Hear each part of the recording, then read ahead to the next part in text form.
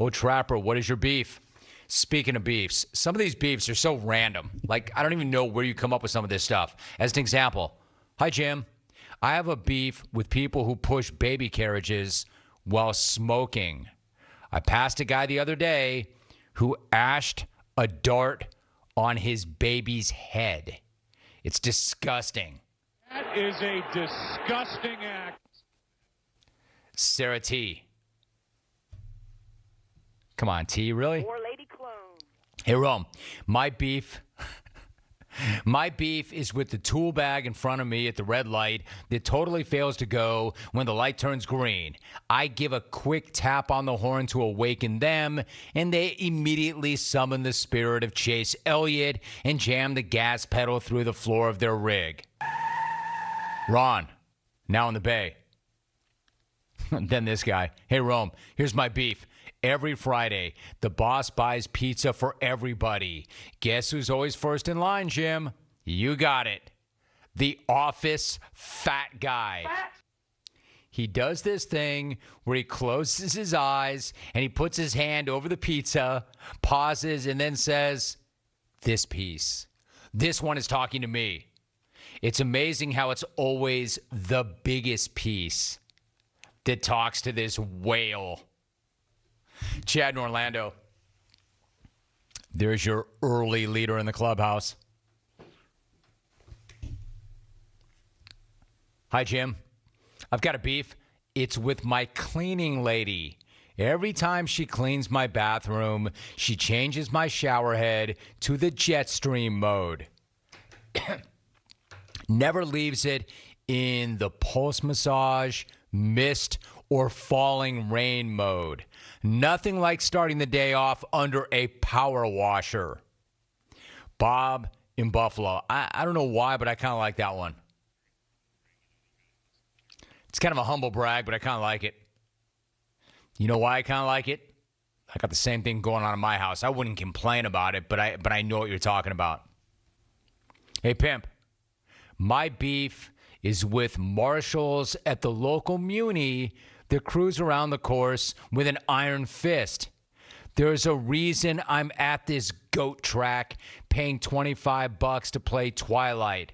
It's so that I can play and have a good time at my pace. This is not Augusta or Bethpage or Pebble. Piss off. Trevor from Houston, also good.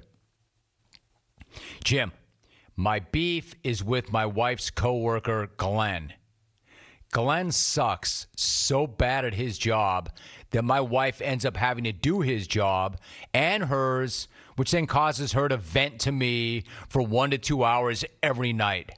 Stop ruining my chances at weeknight sex and burn in hell, Glenn. Paul in Albany. I'm telling you, this is why you callers can never catch up to the emailers and social media types.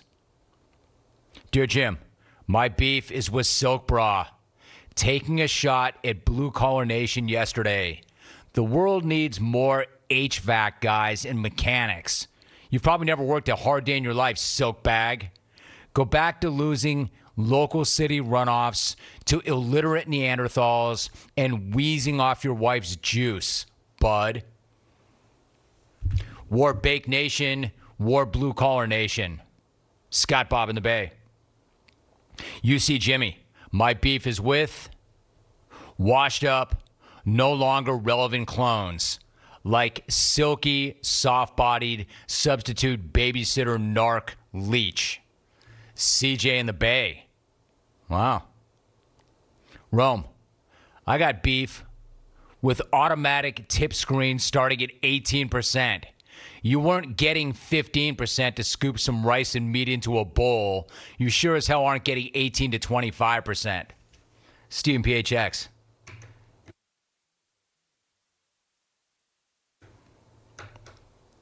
Jim, my beef is with Drive Up ATM Jackwad. We've all been behind this guy. Dude withdraws $80 like it's his last $80. He counts the 4 bills 5 times to make sure he didn't get screwed. He then opens his wallet, takes out the crumpled $1 and $5 bills, tries to smooth them out, and then puts it all back. Then he reads the receipt several times to make sure it jives with the withdrawal. He adjusts his mirrors. Come on, man. Pull ahead and do all that. You inconsiderate butthole. Mike Butthole. and Butthole. Snowbird. Butthole. Now we're getting long form with it. Hello, Rim Joan. This is my beef.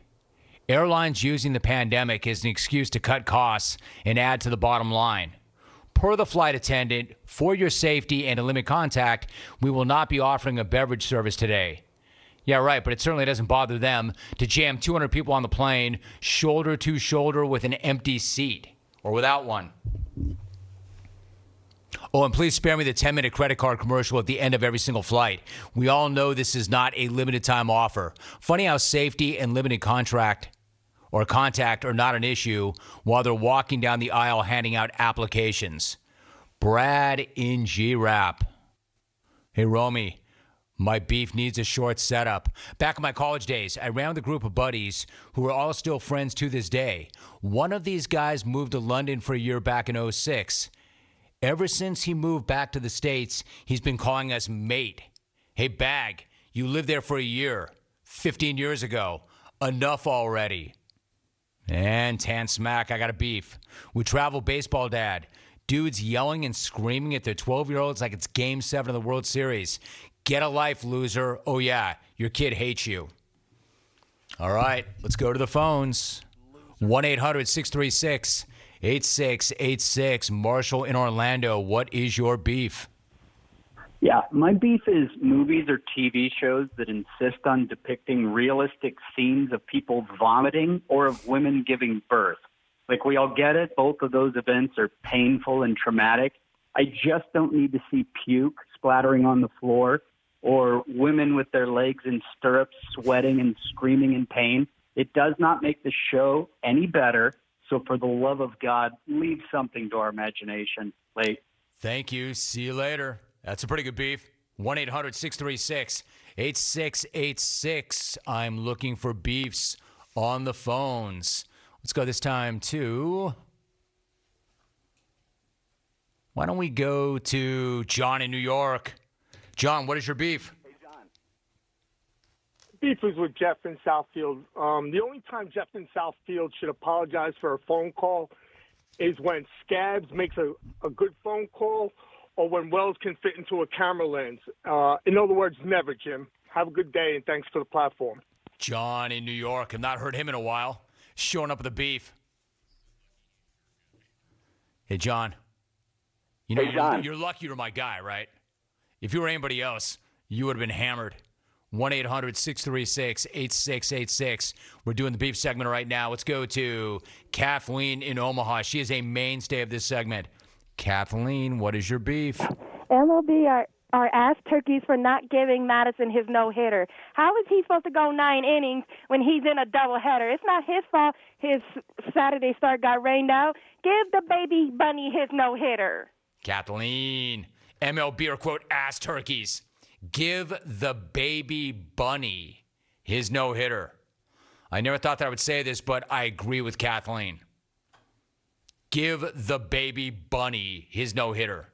If it goes in the books as a shutout, if it goes in the books as a win, why does it not go in the books as a no-hitter? 1-800-636-8686. Let's go to Albany. Kenny, what's your beef? My beef is with a kid that stole my Xbox, who broke into my house, the little pissant, and with his parents as well. How do you keep eyes on that little puke stain? All right, Kenny, sorry about that. Apparently somebody broke into his house and ripped his Xbox. All right. Sounded pretty serious. 1-800-636-8686.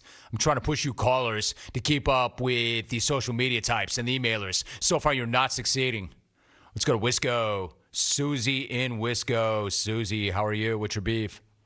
Good, Jim. I appreciate you taking my call again, because I have a beef with Rex and the ABQ for saying that those in the UFC are basically cockfighters. And I say, fine, don't watch then, because chances are you don't have a TV in your bathroom anyhow. And not to go all PETA on him, but these are trained athletes that display respect for one another, strength physically and mentally, and dedication to their craft. That is not often shown by the likes of chickens. Suzie, I would have run you myself, but I'm glad that Alvin didn't, or I would have missed that bagog at the end of the call. We do this beef segment every single Wednesday, generally in the second hour. If you're watching on the simulcast on CBS Sports Network, you see a giant plastic tower of beef to my left. You are running out of time. We're rolling through telephone calls. Let's go to Fort Collins. Coby in Fort Collins. Coby, what's your beef? Jim Gillett, what's good? Thanks for the vine. My beef is with cheap operating fast food guy. Look, the next time you're in a Monday meeting, why don't you take a couple of those execs and throw them in the luxury sled? No, I'm not asking you to cash in your 401k to go to Five Guys. Bend the corner and go to a restaurant called Chick-fil-A. When you pull up to that drive-thru, you will say, dear God, I'm going to be here all day. By the time you look down and see your phone, you will have someone pounding on your window with an All right, so here's the thing. I don't want to be a hypocrite about this because especially today, I read some long-form emails. So I don't want to roll in here and say, you know what, you got to make that thing tighter. If you're on the phones, get in, get out, get your beef on the air, keep moving. I don't want to say that when I did read a couple of paragraph emails, but it's still got to be good. And that wasn't.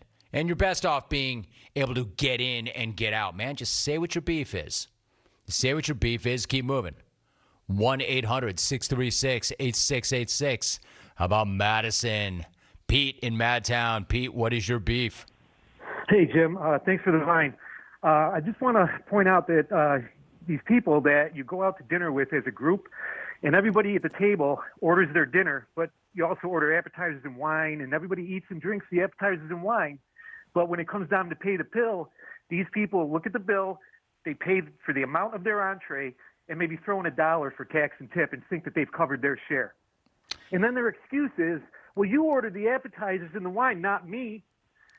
You drank it. You ate it. Pay for it. I can go with that. You got it. Pete and Madison. That's always kind of sketchy, right? Multiple checks are always tricky. I'm not saying I'm against it. I'm not saying that you don't do that. I mean, obviously, you got to do that. However, you should pay for what you eat.